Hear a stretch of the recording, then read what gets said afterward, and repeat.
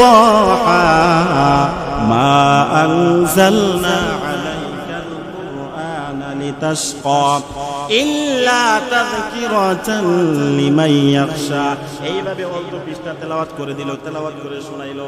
ওমর শুধু তাক লেগে এই তেলাওয়াত শুনতেছে, মধুর তেলাওয়াত শুনতেছে।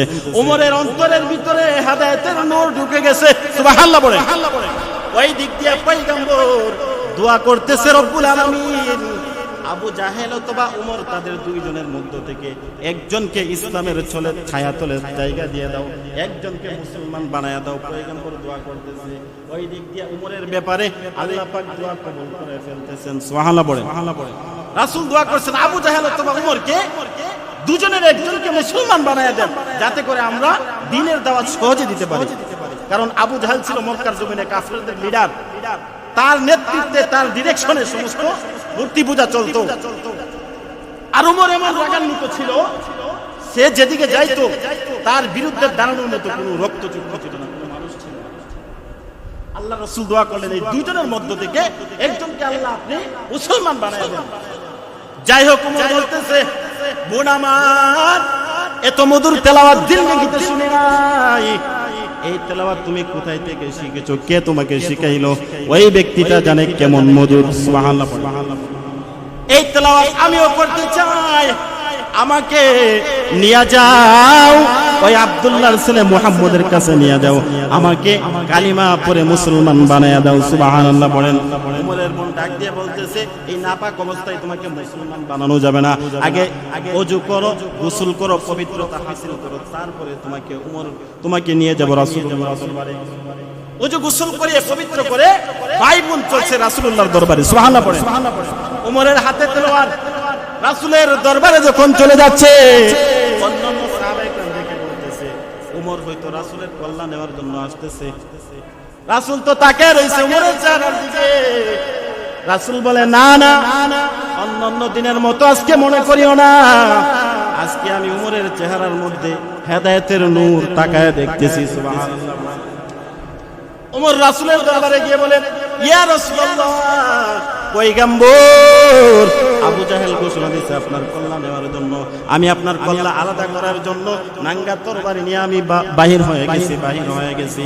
আমি আমার বোনের কাছে গিয়া আমি এমন মধুর তেলাওয়াত শুনতে পাইছি, এই তেলাওয়াত আমার অন্তরের ভিতরে ঢুকে গেছে। সুতরাং আমি ইসলাম গ্রহণ করতে চাই, মুসলমান হইতে চাই, আমাকে কালিমা পড়ায়া দেন, লা ইলাহা ইল্লাল্লাহু মুহাম্মাদুর রাসূলুল্লাহ সাল্লাল্লাহু আলাইহি ওয়াসাল্লাম। প্রতিবারই বলে থাকি যে আমরা অসংখ্য নিয়ামতের দ্বারা বেষ্টন হয়ে আছি। আল্লাহ পাক রব্বুল আলামিন আমাদেরকে নিয়ামত রাজের দ্বারা বেষ্টন করে রেখেছেন। এই সমস্ত নিয়ামতের মধ্য থেকে দুইটি নিয়ামত আল্লাহ পাক রব্বুল আলামিন আমাদেরকে সব কিছুর চেয়ে ঊর্ধ্বে আল্লাহ পাক আমাদেরকে দান করেছেন। বড় বড় দুইটি নিয়ামত, এর মধ্যে একটি হচ্ছে পবিত্র কুরআনুল কারীম। সুবহানাল্লাহ পড়েন। যে কুরআনুল কারীম আল্লাহ পাক রব্বুল আলামিন আমাদেরকে দান করেছেন, একজন মুসলমানের জন্য, মুমিন বান্দার জন্য এই কুরআনের চেয়ে বড় নিয়ামত আর পৃথিবীতে কিছু হতে পারে না। কথা কোন ঠিক? দ্বিতীয়ত বড় যে নিয়ামত সে আল্লাহ পাক আমাদেরকে দান করেছেন, আমাদেরকে এমন একজন নবীর উম্মত আল্লাহ পাক রব্বুল আলামিন বানাইছেন, যেই নবী যিনার শান মান মর্যাদা আল্লাহর কাছে এত বেশি, যিনি সাইয়্যিদুল মুরসালিন, সমস্ত নবী গণেরও সরদার। সুবহানাল্লাহ পড়েন। এমন শান মানওয়ালা একজন নবীর উম্মত আল্লাহ আমাদেরকে বানিয়েছেন। পড়েন না আলহামদুলিল্লাহ।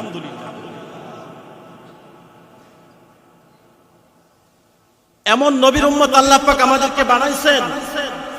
ইব্রাহিম পয়গম্বরকে বলা হয় খলিলুল্লাহ, যিনি আল্লাহকে ভালোবাসেন, আল্লাহর দোস্ত। খলিলুল্লাহ একটা উপাধি, ইব্রাহিম নবীর উপাধি। আমাদের নবীর উপাধি হচ্ছে হাবিবুল্লাহ। হাবিবুল্লাহর অর্থ কি? আল্লাহ রাসূল বলেন সাহাবায়ে কেরামকে, হে সাহাবায়ে কেরাম, সমস্ত নবীকে আল্লাহ পাক একটি করে সিফতি নাম দিয়েছেন, তেমনি ভাবে আমাকেও একটি সিফতি নাম দিয়েছেন। আল্লাহ পাক আমার নাম দিয়েছেন হাবিবুল্লাহ। হাবিবুল্লাহর শান মান মর্যাদা কত তোমরা জানো? খলিলুল্লাহ বলা হয় যে আল্লাহকে ভালোবাসে, আর রাসূল বলেন হাবিবুল্লাহ এমন একজন প্রিয় পাত্র, হ্যাঁ, যাকে স্বয়ং আল্লাহ ভালোবাসেন। সুবহানাল্লাহ। যিনি আল্লাহর ভালোবাসার পাত্র তাকে বলা হয় হাবিবুল্লাহ। এমন একজন দামি নবী আল্লাহ পাক আমাদেরকে বানিয়েছেন। প্রিয় ভাইরা আমার, এই কুরআন আমাদের জন্য কি নিয়ামত, এই কুরআনের নিয়ামত সম্পর্কে আজকে আলোচনা করব। আল্লাহ পাক সূরা ইব্রাহিমের মধ্যে বলেন আলিফ লাম রা কিতাবুন আনজালনাহু ইলাইকা লিতুখরিজান নাসা মিনাজ যুলুমাতি ইলান নূর। আল্লাহ পাক রব্বুল আলামিন নবীজিকে সম্বোধন করে আল্লাহ পাক জানায় দেন, পয়গম্বর আপনি জানেন এই কুরআন কেন আপনার নিকট নাযিল করা হয়েছে? এই কুরআনুল কারীম আমি আল্লাহ পাক আপনাকে কেন নাযিল করেছি, আপনার নিকট কেন অবতীর্ণ করেছি? আল্লাহ পাক যখন কুরআন নাযিল করেন, ওই কুরআন নাযিলের সময়টা ছিল এমন একটা সময়ে আরবের মরুভূমিতে, আরবের জমিনে এমন একটা অবস্থা ছিল, মানুষগুলি এমন জাহেলিয়তের যুগ ছিল, মানুষগুলি এমন বর্বর ছিল, মানুষগুলির মধ্যে কোনো মানবতার চিহ্ন ছিল না, একে অপরকে ভালোবাসতো না, কারো জন্য মায়া দয়া বিন্দু মাত্র তাদের অন্তরের ভিতরে ছিল না। শুধু তাই নয় মোমেন ভাই, এমন একটা বর্বর যুগ ছিল যেই যুগের মধ্যে ওপেনলি চলাফেরা করত, ছেলে মেয়ে একসাথে জিনার মধ্যে রাস্তায় লিপ্ত হয়ে যেত। নাউজুবিল্লাহ। রাস্তার মধ্যে জিনায় লিপ্ত হয়ে যেত। বাবা সন্তানকে চিনত না, সন্তান বাবাকে চিনত না, কার বাবাকে কোনো পরিচয় পাইতো না। মহিলাগণ একাধিক পুরুষের সাথে জিনা করত, কে কোন পুরুষের থেকে সন্তান নিছে মহিলা নিজেও জানতো না। এরকম একটা বর্বর যুগ ছিল, অন্ধকারের যুগ ছিল, জাহিলিয়াতের যুগের মধ্যে আল্লাহ পয়গম্বরকে পাঠাইছেন। এই পয়গম্বরকে পাঠাইয়া আল্লাহ পাক রব্বুল আলামিন 40 বছর পর্যন্ত পয়গম্বরকে এই নবুয়তের ট্রেনিং দিয়েছেন। সুবহানাল্লাহ। পয়গম্বরকে পাঠাইয়া 40 বছর পর্যন্ত নবীজিকে গড়ে তুলেছেন। কিভাবে এই মানুষের কাছে দ্বীনের দাওয়াত দেওয়া যাবে, কোরআনের কিভাবে দাওয়াত দেওয়া যাবে, আল্লাহর একত্ববাদের দাওয়াত কিভাবে পয়গম্বর দিতে পারবে। এই জাহেলিয়াতের যুগের মধ্যে আল্লাহ পাক রব্বুল আলামিন নবীজিকে আলোর দিশা দিয়ে পাঠাইছেন। সুবহানাল্লাহ। আল্লাহ বলেন কিতাবুন আনজালনাহু ইলাইকা লিতুখরিজান নাসা মিনাজ যুলুমাতি ইলান নূর। এই পয়গম্বর ভালো করে শুনিয়া লও, এই জাহিলিয়াতের যুগে আপনাকে আমি আল্লাহ কেন পাঠাইলাম এবং সাথে সাথে আপনার নিকট কোরআনে কারীম কেন নাজিল করলাম। আল্লাহ পাক জানায় দেন, এমন একটি কিতাব কুরআনুল কারীম আমি আল্লাহ নাজিল করেছি, এই কুরআনের মাধ্যমে আপনি অন্ধকারের যুগের মানুষগুলিকে এই কুরআন দিয়া, কুরআনের দিশা দিয়া, আলোর দিশা আপনি তাদেরকে দেখায়া দিবেন। সুবহানাল্লাহ। পড়েন। আল্লাহ বলেন এই অন্ধকারাচ্ছন্ন মানুষগুলিকে, জাহেলিয়াতের যুগের মানুষগুলিকে এই কুরআনের আলো দিয়ে, কুরআনের নূর দিয়ে, কুরআনের জ্যোতি দিয়ে আপনি তাদেরকে অন্ধকার থেকে আলোর দিশা দেওয়ার জন্য আমি আল্লাহ আপনার নিকট এই কুরআন নাযিল করেছি। সুবহানাল্লাহ। এই কুরআনের দ্বারা আল্লাহ পাক রব্বুল আলামিন এই মক্কার জমিনে কতটা আলো ছড়িয়েছেন, কতটা আলো ছড়িয়েছেন। যেই সকল সাহাবীরা নবীকে চিনতো না, আল্লাহকে চিনতো না, আল্লাহর পরিচয় জানতো না, তারা এমন জাহেল ছিল, কে আমাদেরকে সৃষ্টি করেছে, আমরা কোথায় আছি, কোথায় যাব, এরকম চিন্তা চেতনা তাদের মধ্যে ছিল না। এমন একটা বর্বর যুগের মধ্যে আল্লাহ পাক নবীজিকে পাঠিয়েছেন, পাঠানোর সাথে সাথে কোরআন নাযিল করেছেন। কোরআন নাযিল করে আল্লাহ পাক জানায় দেন, পয়গম্বর এই কোরআনের দ্বারা আমি অন্ধকার যুগের মানুষগুলিকে আলোর দিশা দিতে চাই। সুবহানাল্লাহ। এই অন্ধকার যুগের মানুষগুলি আলোর দিশা কিভাবে পাইল? এই কোরআনের মধ্যে কেমন আলো রয়েছে, কেমন জ্যোতি রয়েছে, এই কোরআনের সোহবত যারা পেয়েছে তাদের জিন্দেগি আলোকিত হয়ে গেছে। সুবহানাল্লাহ। পড়েন। এই কোরআন এত দামি, এই কোরআন এত দামি, এই কোরআন যারা গ্রহণ করেছে তাদের জিন্দেগি আলোকিত হয়ে গেছে। এই বর্বর যুগের মানুষগুলি সোনার মানুষে পরিণত হয়ে গেছে। সোনার মানুষে কিভাবে পরিণত হইল? এই সাহাবায়ে কেরামের জীবনের দিকে তাকান। পয়গম্বরের সংস্রব গ্রহণ করে পয়গম্বরের কাছে আইসা যখন কালিমা গ্রহণ করে ওই সকল মানুষগুলি আল্লাহর পরিচয় জানতে শুরু করে। সুবহানাল্লাহ পড়েন। এত দামি হয়ে গেছে সাহাবায়ে কেরাম, যাদের ব্যাপারে আল্লাহ পাক রব্বুল আলামিন সফলতার সার্টিফিকেট দিয়ে দিলেন। এমন সফলতা আল্লাহ পাক রব্বুল আলামিন বলেন রাদিয়াল্লাহু আনহুম ওয়া রাদু আন। সাহাবায়ে কেরাম কোরআনের ছায়া তলে এসে এতটা শান্তি পাইছেন, এতটা শান্তি পাইছেন, নিজেকে এতটা পরিবর্তন করেছেন, আল্লাহ পাকের সান্নিধ্য এতটা অর্জন করেছেন। আল্লাহ তাদের ব্যাপারে সূরাতুল বাইয়িনার মধ্যে বলেন রাদিয়াল্লাহু আনহু, আমি আল্লাহ স্বয়ং সাহাবাদের প্রতি সন্তুষ্ট হয়ে গেলাম। সুবহানাল্লাহ বলেন। আল্লাহ স্বয়ং বলতেছেন রাদিয়াল্লাহু আনহু, আমি আল্লাহ নিজে সাহাবাদের প্রতি সন্তুষ্ট হয়ে গেলাম, এবং তারাও আমার প্রতি সন্তুষ্ট। সুবহানাল্লাহ বলেন। কিভাবে আলোর দিশা পাইলো? এই মুসলমান ভালো করে শুনো।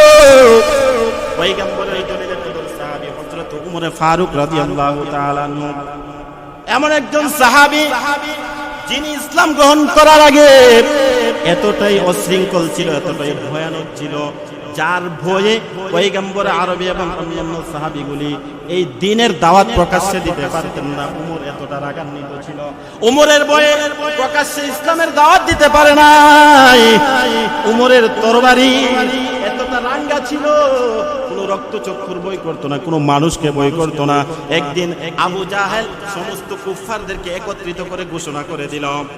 আবু জাহেল ঘোষণা করে দিল আরবের জমিনে মুহাম্মদ, আব্দুল্লাহর ছেলে মুহাম্মদ এসেছে, সে নাকি এক আল্লাহর দাওয়াত দেয়, আমাদের মূর্তি পূজার বিরুদ্ধে কথা বলে। নাউজুবিল্লাহ।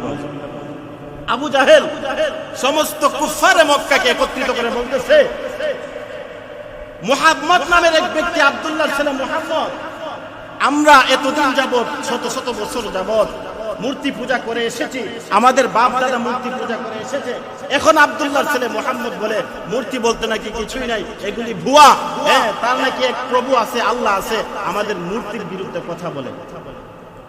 আবু জাহেল ঘোষণা দিল এই মুহাম্মদের কল্লা যে আলাদা করে আনতে পারবে ওই ব্যক্তির জন্য ওই আরবের জমিনের মোটা তাজা 100 উট পুরস্কার দেওয়া হবে।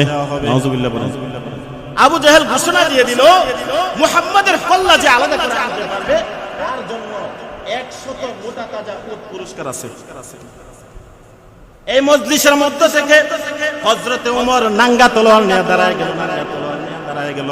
ওমর ডাক দিয়া বলে আবু জাহেল, আর কাহারও প্রয়োজন পড়বে না, কাহারও দরকার পড়বে না, আমি ওমর একাই মুহাম্মদের কল্লা নিয়ে আপনার নিকট হাজির হয়ে যাব। নাউজুবিল্লাহ পড়েন।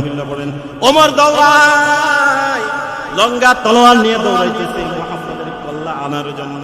প্রতিমধ্যে যাওয়ার পর ওই ওমরের বন্ধুর সাথে সাক্ষাৎ হয়ে গেল। ডাক দিয়া বলে ওমর কোথায় যাও? বন্ধু বলে ওমর কোথায় যাও? বলতেছে আব্দুল্লাহর ছেলে মুহাম্মদের কল্লা আনতে যায়। আবু জাহেল ঘোষণা দিয়ে দিছে 100 উট পুরস্কারে দেওয়া হবে, এই জন্য মুহাম্মদের কল্লা আনতে যাই। মুহাম্মদ নাকি আমাদের বাপ দাদার ধর্মের বিরুদ্ধে কথা বলে। নাউজুবিল্লাহ পড়েন। আজও পর্যন্ত একদল মুসলমান আছে বাপ দাদার ধর্ম নিয়ে এখনো পড়ে আছে। বাপ দাদা যেই ধর্ম পালন করেছে ওই ধর্মের অনুসারী এখন বর্তমান প্রেক্ষাপটে হক্কানি আলেমরা যে কথা বলে, দ্বীনের মাসলা বলে, ওই মাসালা ওই ব্যক্তি মানতে চায় না। বলে আমার বাপ দাদা এভাবে নামাজ পড়েছে, আমার দাদা এভাবে নামাজ পড়েছে, আমি ওভাবেই পড়বো। নাউজুবিল্লাহ পড়েন। আগের মানুষের মধ্যে এতটা দ্বীনের ছোঁয়া ছিল না, এতটা অত্যাধুনিক মাসালা তাদের কাছে পৌঁছে নাই, এই জন্য তারা যেভাবে শুনছে ওইভাবে আমল করছে। এখন তো আলহামদুলিল্লাহ ইন্টারনেটের মাধ্যমে এরকম যুগ এসেছে, কোনো মানুষ মাসালা সম্পর্কে অজ্ঞ নাই। কথা কোন ঠিক ঠিক কম বেশি প্রত্যেকটা মানুষ দ্বীন সম্পর্কে অবগত আছে, নামাজ পড়ে আর না পড়ে প্রত্যেকটা মানুষ তাদের প্রয়োজনীয় মাসলাগুলি জেনে নিতে পারে। যাই হোক, ওমর বন্ধু বলতেছে ওমর কোথায় যাও? ওমরের বন্ধু বলতেছে কোথায় যাও? ওমর ডাক দিয়া বলে মুহাম্মদের কল্লা আনতে যাই। বলে কেন? মুহাম্মদ নাকি আমাদের বাপ দাদার ধর্মের বিরুদ্ধে কথা বলে। বন্ধু ডাক দিয়া বলে ওমর থামো, তুমি যেই মুহাম্মদের কল্লা আনার জন্য রওনা হইছো, ওই দিক দিয়া তোমার আপন বোন মুহাম্মদের কালিমা পড়ে মুসলমান হয়ে গেছে। সুবহানাল্লাহ। আগে তোমার ঘর সামলাও, তোমার বোনকে সামলাও, তারপরে মুহাম্মদের কল্লা আনার জন্য যাও। ওই ওমর দৌড়ায় চলে গেল, বোনের ঘরের দিকে চলে গেল। বোনের ঘরের দরজায় গিয়া শুনে গুনগুন করে কোরআন তেলাওয়াতের আওয়াজ শোনা যায়। সুবহানাল্লাহ পড়ে। ওই দরজার কাছে যখন কান লাগায়, ওই বোন ঘরের ভিতরে দরজা বন্ধ করে, তখনও ইসলামের দাওয়াত প্রকাশ্যে দিতে পারে নাই, কারণ কুফফারদের ভয় ছিল না আমি মেরে ফেলে। প্রকাশ্যে দাওয়াত দিতে পারে নাই। প্রত্যেকটা মুমিন মুসলমান গোপনে গোপনে আমল করত, কোরআন তেলাওয়াত করত। ওমর যখন কোরআন তেলাওয়াত শুনে একটু পরে দরজার মধ্যে কোরআন আগাইল। কোরআন আগানোর পর বোন সাথে সাথে ওমরের আওয়াজ পাইয়া কোরআনটাকে লুকিয়ে রেখে দিয়েছে আর দরজা খুলে দিয়েছে। ওমর ডাক দিয়ে বলে, বোন, তোমার ব্যাপারে শুনেছি তুমি নাকি আব্দুল্লাহর ছেলে মুহাম্মদের কালিমা গ্রহণ করেছো, সত্য নাকি? তুমি নাকি কালিমা গ্রহণ করে ফেলেছো, এই কথা কি সত্য? ওমরের বোন ডাক দিয়া কই, ভাই আমার, এতদিন গোপন রেখেছিলাম, এখন তুমি যেহেতু জেনে ফেলেছো আর গোপন রাখার কোনো সুযোগ নাই। আমি পড়েছি লা ইলাহা ইল্লাল্লাহু মুহাম্মাদুর রাসূলুল্লাহ সাল্লাল্লাহু আলাইহি ওয়াসাল্লাম। আমি আব্দুল্লাহর ছেলে মুহাম্মদের কালিমা পড়ে মুসলমান হয়ে গিয়েছি, ছায়াতলে আশ্রয় নিয়েছি, সুতরাং আমাকে ডিস্টার্ব করিও না। ওমর ডাক দিয়া বলে, বোন, ভালো করে শোনো, তোমাকে ওয়ার্নিং দিচ্ছি। এই বোন, আব্দুল্লাহর ছেলে মুহাম্মদের কালিমা ছেড়ে দাও, না হয় তোমাকে জীবন শেষ করে দিব। মুহাম্মদের কালিমা ছেড়ে দাও, তোমার জীবন এখানে শেষ করে দেব যদি না ছাড়ো। বোন ডাক দিয়া বলে, ওমর, যতই মারো, যতই আঘাত করো, তোমার মায়ের আঘাত আমার এমন জায়গায় পৌঁছবে না যেই জায়গার মধ্যে কালিমা জায়গা দিয়েছি। সুবহানাল্লাহ বলেন। যতই মারো, আঘাত করো, তোমার তরবারির আঘাত আমার এই জায়গায় পৌঁছবে না যেই জায়গায় আমি মুহাম্মদের কালিমা জায়গা দিয়েছি। সুবহানাল্লাহ বলেন। এইভাবে ওমর নিষ্ঠুরের মতো বোনকে মারতে শুরু করলো। মারতে মারতে একটা পর্যায়ে রক্তাক্ত করে ফেললো। অগ্নিপুত্রিক ঘরের পিছনে ছিল, ওই দিক দিয়ে উমরের মায়ের ভয়ে সে পালিয়ে গিয়েছে। উমরের এরকম রক্তাক্ত অবস্থা দেখে পালিয়ে গেছে। বোন তো কালিমা ছাড়তে রাজি না। বোন ডাক দিয়া বলে, ভাই আমার, ভাই আমার, আমার বাবা নাই, মা নাই, ভাই বলতে তুমি আছো, আপন বলতে তুমি আছো। এখন তুমি যদি আমাকে এইভাবে নির্মম ভাবে নির্যাতন করো, আমি কার নিকট মাথা টেকাবো? সুতরাং আমাকে মারিও না, মারলেও কোনো কাজ হবে না, আমি মুহাম্মদের কালিমা ছাড়তে পারবো না। সুবহানাল্লাহ পড়েন। আজকে আমাদের অল্প নির্যাতন আসছে, অল্প পরীক্ষা আসছে, হ্যাঁ, আল্লাহর প্রতি আস্থা হারিয়ে ফেলে এমন মুসলমান আছে না নাই? কচু পাতার পানির মতো আমাদের ঈমান টলবল করে, হ্যাঁ, একটু পরীক্ষা আসলে আল্লাহর পক্ষ থেকে আল্লাহকে গালি মন্দ শুরু করে দেয়। নাউজুবিল্লাহ। ওমরের বোন বলতেছে, আমাকে আর মারিও না, মারলে কোনো কাজ হবে না, কালিমা ছাড়তে পারবো না। ওমর একটা শুনে বিরক্ত হয়ে বলতেছে, বোন আমার, তুমি এতক্ষণ কি জানে তেলাওয়াত করতেছিলে, কি পড়তেছিলে, আমাকে একটু শোনায়া দাও। ওমরের বোন কোরআনটাকে আইনা ওই ওমরের সামনে কোরআন তেলাওয়াত শুরু করে দিল। সুবহানাল্লাহ বলেন। ওমরের সামনে সূরাতুত তাহা থেকে তেলাওয়াত করেন, তাহা মা আনজালনা আলাইকাল কুরআনা লিতাশকা ইল্লা তাযকিরাতান লিমান ইয়াখশা। এইভাবে অল্প পৃষ্ঠা তেলাওয়াত করে দিল, তেলাওয়াত করে শোনাইলো। ওমর শুধু তাক লেগে এই তেলাওয়াত শুনতেছে, মধুর তেলাওয়াত শুনতেছে। ওমরের অন্তরের ভিতরে হেদায়েতের নূর ঢুকে গেছে। সুবহানাল্লাহ বলেন। ওই দিক দিয়ে পয়গম্বর দোয়া করতেছে, রব্বুল আলামিন, আবু জাহেল অথবা উমর, তাদের দুইজনের মধ্য থেকে একজনকে ইসলামের ছায়াতলে জায়গা দিয়ে দাও, একজনকে মুসলমান বানায়া দাও। পয়গম্বর দোয়া করতেছে। ওই দিক দিয়ে উমরের ব্যাপারে আল্লাহ পাক দোয়া কবুল করে ফেলতেছেন। সুবহানাল্লাহ বলেন। রাসূল দোয়া করছেন, আবু জাহেল অথবা উমরকে দুজনের একজনকে মুসলমান বানায়া দেন, যাতে করে আমরা দ্বীনের দাওয়াত সহজে দিতে পারি। কারণ আবু জাহেল ছিল মক্কার জমিনে কাফেরদের লিডার। তার নেতৃত্বে, তার ডিরেকশনে সমস্ত মূর্তি পূজা চলতো। আর উমর এমন রাগান্বিত ছিল, সে যেদিকে যাইতো তার বিরুদ্ধে দাঁড়ানোর মতো কোনো রক্তচক্ষু ছিল না, কোনো মানুষ ছিল না। আল্লাহ রাসূল দোয়া করলেন এই দুইজনের মধ্য থেকে একজনকে আল্লাহ আপনি মুসলমান বানায় দেন। যাই হোক, ওমর বলতেছে, বোন আমার, এত মধুর তেলাওয়াত জিন্দেগিতে শুনি নাই। এই তেলাওয়াত তুমি কোথায় থেকে শিখেছো? কে তোমাকে শিখাইলো? ওই ব্যক্তিটা জানে কেমন মধুর। সুবহানাল্লাহ। এই তেলাওয়াত আমিও করতে চাই, আমাকে নিয়ে যাও, ওই আব্দুল্লাহর ছেলে মুহাম্মদের কাছে নিয়ে যাও, আমাকে কালিমা পড়ে মুসলমান বানায়া দাও। সুবহানাল্লাহ বলেন। ওমরের বোন ডাক দিয়ে বলতেছে, এই নাপাক অবস্থায় তোমাকে মুসলমান বানানো যাবে না, আগে ওযু করো, গোসল করো, পবিত্রতা হাসিল করো, তারপরে তোমাকে নিয়ে যাব রাসূলুল্লাহ দরবারে। ওযু গোসল করে পবিত্র করে ভাই বোন চলছে রাসূলুল্লাহর দরবারে। সুবহানাল্লাহ পড়েন। ওমরের হাতে তলোয়ার, রাসূলের দরবারে যখন চলে যাচ্ছে, অন্যান্য সাহাবায়ে কেরাম দেখে বলতেছে, ওমর হয়তো রাসূলের কল্যাণ নেওয়ার জন্য আসতেছে। রাসূল তো তাকিয়ে রইছে ওমরের চেহারার দিকে। রাসূল বলে, না না, অন্যান্য দিনের মতো আজকে মনে করিও না, আজকে আমি ওমরের চেহারার মধ্যে হেদায়েতের নূর তাকায় দেখতেছি। সুবহানাল্লাহ। ওমর রাসূলের দরবারে গিয়ে বলেন, ইয়া রাসূলুল্লাহ, পয়গম্বর আবু জাহেল ঘোষণা দিয়েছে আপনার কল্যাণ নেওয়ার জন্য, আমি আপনার কল্যাণ আলাদা করার জন্য নাঙ্গা তরবারি নিয়ে আমি বাহির হয়ে গেছি। আমি আমার বোনের কাছে গিয়া আমি এমন মধুর তেলাওয়াত শুনতে পাইছি, এই তেলাওয়াত আমার অন্তরের ভিতরে ঢুকে গেছে। সুতরাং আমি ইসলাম গ্রহণ করতে চাই, মুসলমান হইতে চাই, আমাকে কালিমা পড়ায় দেন, লা ইলাহা ইল্লাল্লাহু মুহাম্মাদুর রাসূলুল্লাহ সাল্লাল্লাহু আলাইহি ওয়াসাল্লাম। ওই ওমর কালিমা পড়ে সাথে সাথে মুসলমান হয়ে যায়। মুসলমান হওয়ার পর নাঙ্গা তরবারি নিয়ে আবার উল্টো দিকে দাঁড়ায় গেছে। উল্টো দিকে দাঁড়ায় বলতেছে, এতক্ষণ আমি বেঈমান ছিলাম, কাফের ছিলাম, এখন আমি আব্দুল্লাহর ছেলে মুহাম্মদের কালিমা গ্রহণ করেছি। এখন কোন মূর্তি পূজারী আসো, কোন বেঈমান আসো, আমার তলোয়ারের নিচে আসো, দেখে তাকে কল্লা আলাদা করে দিব। পয়গম্বরকে বলতেছে, ইয়া রাসূলুল্লাহ, চলেন মক্কার জমিনে সমস্ত মূর্তিগুলি বের করে দিব। ওই মক্কার মধ্যে 360 মূর্তি দিয়া মক্কার মধ্যে এই মূর্তিগুলি রেখেছিল, স্থাপন করেছিল আব্দুল্লাহর ছেলে মুহাম্মদ। পয়গম্বরকে বলতেছে, ইয়া রাসূলুল্লাহ, ওই মূর্তিগুলি সরিয়ে দিব, এখন থেকে আমরা প্রকাশ্যে মক্কার জমিনে ইসলামের দাওয়াত শুরু করে দেব। ওমর ইসলাম গ্রহণ করার পর বলতেছে, এমন কোন মায়ের সন্তান থাকলে আসো, আমি ইসলাম গ্রহণ করে ফেলেছি, যদি মূর্তি পূজারী নিয়ে আসো, তোমরা রেডি থাকো, আমার দরবারের নিচে কল্লা আলাদা হয়ে যাবে। নাউজুবিল্লাহ। সুবহানাল্লাহ।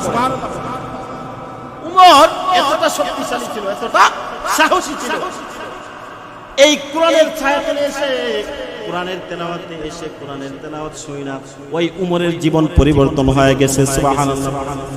কোরআনের তেলাওয়াত শুই না, কোরআনের আলোতে তার জিন্দেগিটা আলো হয়ে গেছে। সুবহানাল্লাহ বলেন। শুধু তাই নয় ভাইরা আমার, ক্রমান্বয়ে আরো যারা ইসলাম গ্রহণ করেছে, রাসূলের দরবারে এসে যারা ইসলাম গ্রহণ করেছে, ইমান গ্রহণ করেছে, আল্লাহ পাক তাদের জিন্দেগির তামাম গুনাহ খাতাগুলি maaf করে দিয়েছেন। কারণ হাদিসে আসছে, আল ইসলামু আন তাকদিমু মা কানা ক্বাবলাহা, যে বান্দা মুসলমান হয়, ইসলাম যে বান্দা গ্রহণ করে ফেলে, ওই বান্দার জিন্দেগির পিছনের তামাম গুনাহগুলি আল্লাহ maaf করে দেন। সুবহানাল্লাহ। ইসলাম গ্রহণ করলে আল্লাহ পাক জিন্দেগির গুনাহগুলি maaf করে দেন। এইজন্য যারা ইসলাম গ্রহণ করেছে, সাহাবায়ে কেরাম যারা ঈমান গ্রহণ করেছে, আল্লাহ তাদের জিন্দেগির গুনাহ maaf করে তাদেরকে সোনার মানুষে পরিণত করে দিয়েছে। সুবহানাল্লাহ। শুধু তাই নয় ভাই আমার, দেখেন আল্লাহর নবীর আরেকজন সাহাবী দাহিয়াতুল কলবি, এমন একজন সাহাবী, বর্বর সাহাবী ছিল।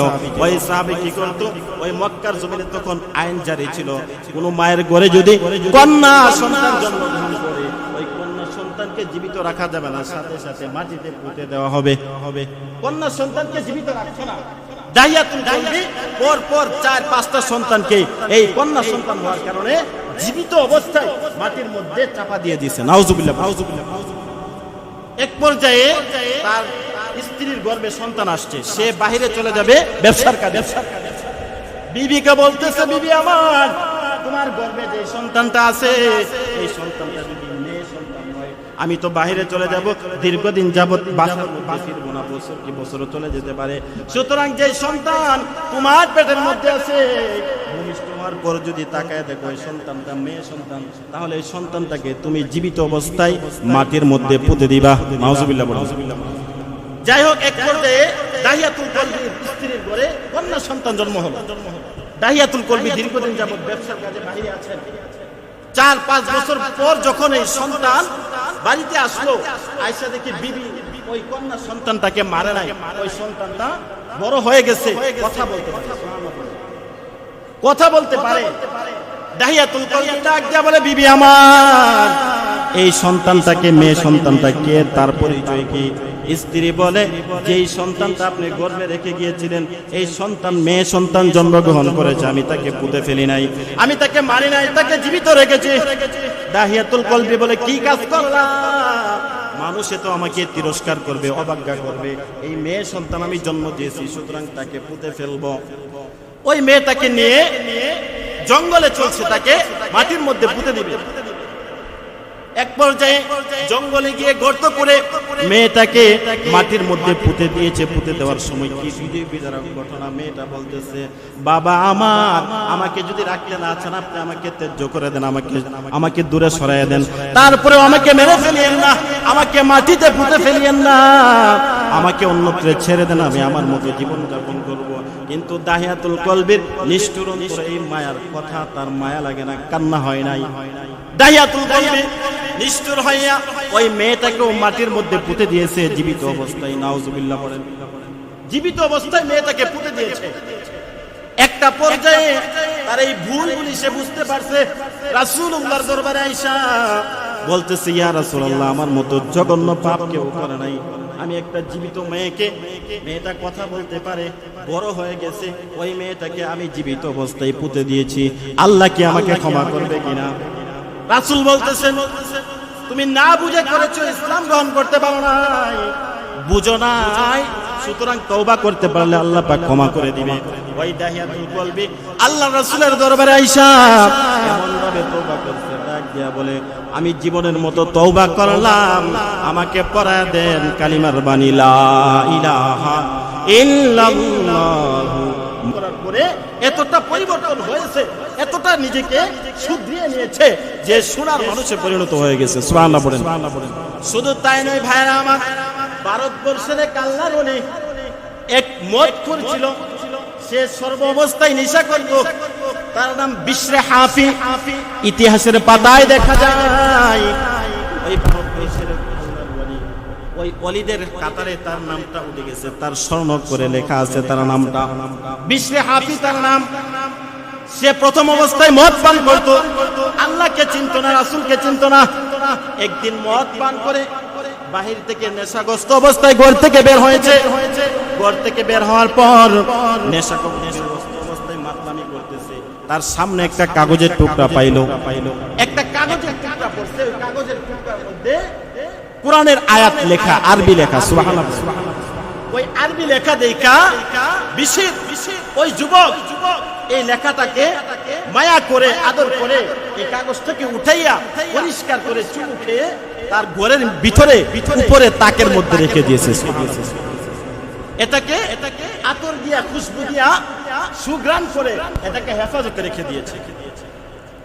আবার বের হয়ে যখন মদের বারের মধ্যে চলে যায়, মদ খেয়ে যখন মাতলামি শুরু করে, ওই দিন রাত্রিকালে ওই জামানার বুজুর্গ আল্লাহর ওলি হাসান বসরি রাহমাতুল্লাহি আলাইহি, হাসান বসরি রাহমাতুল্লাহি আলাইহি, আল্লাহ পাক কুদরতের মাধ্যমে ওই হাসান বসরিকে স্বপ্নে দেখাইছে, অমুক নামের ব্যক্তির কাছে গিয়ে আমি আল্লাহর পক্ষ থেকে সালাম শোনায়া দাও। সুবহানাল্লাহ। ওই বিশির নামের ব্যক্তির কাছে আমি আল্লাহর পক্ষ থেকে সালাম শোনায়া দাও। ওই হাসান বসরি বিশ্বাস করতে পারতেছে না যে ওই ব্যক্তি তো মদ পান করে, এমন নামের ব্যক্তি মদ পান করে, তাকে কিভাবে আল্লাহর পক্ষ থেকে সালাম জানায়। ওই হাসান বসরি ঘুম ভাঙার পর 2 রাকাত সালাত করে আল্লাহর কাছে দোয়া করে আবার ঘুমায় গেলেন। যেটা হয়তো ভুল স্বপ্নে দেখেছে। দ্বিতীয়বার ঘুমানোর পরে আবার একই স্বপ্নে দেখলেন। বিশ্বাস করতে পারতেছে না যে এই মদখোরের ব্যাপারে আল্লাহ কিভাবে সালাম দেয়। তখন ওযু করে 2 রাকাত সালাত আদায় করে আবার ঘুমিয়ে যান। তৃতীয়বার আবার একই স্বপ্নে দেখেন বিশির নামে এক ব্যক্তি, তাকে আমি আল্লাহর পক্ষ থেকে সালাম পৌঁছিয়ে দাও। সুবহানাল্লাহ। ওই হাসান বসরি সাথে সাথে ঘুম থেকে উঠে গেলেন, ওই মদকুর যেই জায়গায় আছে তার খোঁজ নিলেন। তার বাড়িতে গিয়ে দেখে ওই মদকুর বিশির বাড়িতে নাই, ওই ব্যক্তিটা মদের বারের মধ্যে চলে গেছে বন্ধুদের সাথে মদ খাওয়ার জন্য। তার খুঁজে যখন ওই হাসান বসরি চলে যায়, মদের বারের মধ্যে যাওয়ার পর সমস্ত মদকুরেরা হাসান বসরিকে দেখে চিনে ফেলছে। হাসান বসরিকে দেখে চিনে ফেললো, আরে উনি তো আল্লাহর ওলি, যুগ শ্রেষ্ঠ ওলি, এই বড় হুজুর, এই হুজুর কেন মদের বারের মধ্যে আসলো? আশ্চর্য হবে না? কথা ঠিক না? মসজিদের ইমাম যদি এখন পতিতালয়ে যায়, খারাপ জায়গায় যায়, সবাই তাকে চিনবে। হ্যাঁ, এমন ব্যক্তি, ভালো ব্যক্তি কেন আসছে? ওই হাসান বসরি বলতেছে আশ্চর্য হওয়ার কিছু নাই, এখানে বশির নামের কোন ব্যক্তি আছে কিনা? ওই ব্যক্তি সম্পর্কে আল্লাহ সালাম প্রেরণ করেছে। সুবহানাল্লাহ। তাকে বলো। হাসান বসরি তাকে স্মরণ করতেছে। ওই তার বন্ধুরা ভিতরে গিয়ে দেখে বশির নামের ব্যক্তি মদ খাইয়া মাতাল অবস্থায় অচেতন হয়ে পড়ে আছে। ওই ব্যক্তি বসে আসার পর বলতেছে আল্লাহর ওলি হাসান বসরি তোমাকে ডাকতেছে। ওই বশির আসার পর হাসান বসরি ডাক দিয়া বলতেছে, যুবক, এমন কি ভালো কাজ করেছো, এমন কি নেক আমল করেছো যে আমলের কারণে আল্লাহ স্বয়ং তোমার জন্য সালাম প্রেরণ করেছে। সুবহানাল্লাহ। ওই বশির ডাক দিয়া বলতেছে, হুজুর, আমি জীবনে কোনো ভালো কাজ করি নাই, কিন্তু আজকে এখানে আসার পথে ঘর থেকে বের হওয়ার পর একটা সাদা কাগজের টুকরা পাইলাম। ওই কাগজের টুকরার মধ্যে কি যেন আরবি লেখা ছিল, কি যেন আরবি লেখা ছিল। ওই লেখাটাকে আমি চুমুকে পরিষ্কার করে আমার ঘরের ভিতরে আমি উঁচু জায়গায় রেখে দিলাম। তারপরে মদের বাড়ির মধ্যে চলে আসলাম। ওই হাসান বসরি বলতেছে, চলো বাড়িতে যাই। বাড়িতে গিয়ে দেখে ওই কাগজের মধ্যে আল্লাহ পাক রব্বুল আলামিনের কোরআনের আয়াত লেখা। সুবহানাল্লাহ। ওই কাগজে লেখা বিসমিল্লাহির রহমানির রহিম, আল্লাহ পাকের ইসমে আযম লেখা।